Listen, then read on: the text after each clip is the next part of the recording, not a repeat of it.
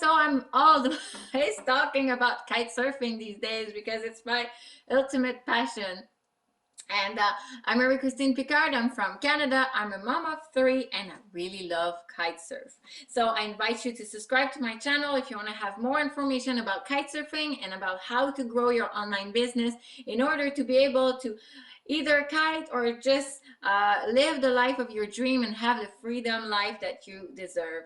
So in this video, I wanted to talk to you about what kind of kites should you buy, and it's mostly what size you should buy. So I'm mostly kiting with F1 kites. I've been kiting with these kites forever.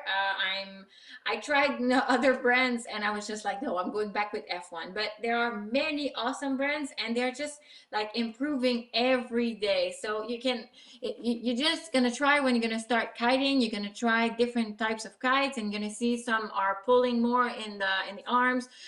Some are really good in waves. Some are really quick. So some are really good for freestyle. So depending on what you want to do, you're going to choose the kite that you want and that you need.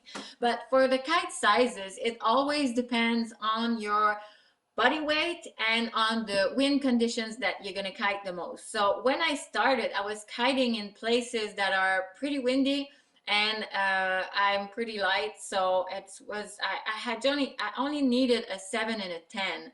But I really quickly realized that I should have like a 7, and we're always talking in square meters, sorry. So it's 7 square meters, so it's the whole kite.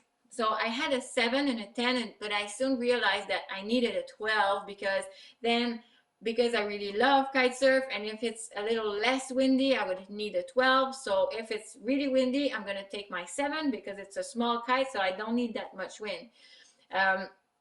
And the thing that you have to know is that on every kite you have a power and depower line, so you can really play with the size of your kite. So if you have like a big puff of wind, you can play with this rope. So that's the power depower line. So you're quite safe.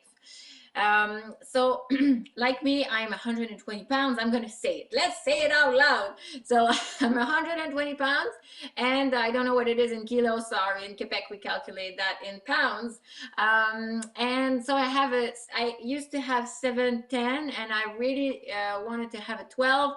And then when it was time to buy more kites, I had my boyfriend who joined. I showed him how to kite, and then we decided that we needed to have a good range of kite because we wanted to kite as much as we wanted.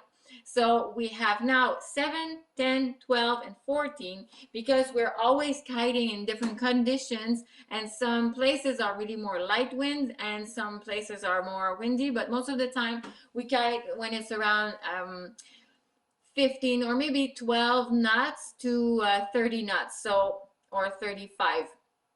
So with my 7, I can go up to 30 knots, which that's what I'm comfortable with. And with the 14 square meter, I can go up to 12 knots speed of wind.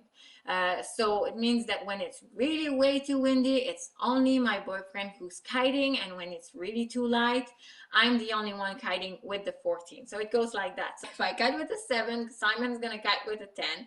And if I kite with a 10, Simon's gonna kite with a 12. Well, my boyfriend really likes to be overpowered. Means that you have too much wind in your kite, but he really likes that feeling. So maybe he's gonna kite with a 14 when I kite with the 10. Depends.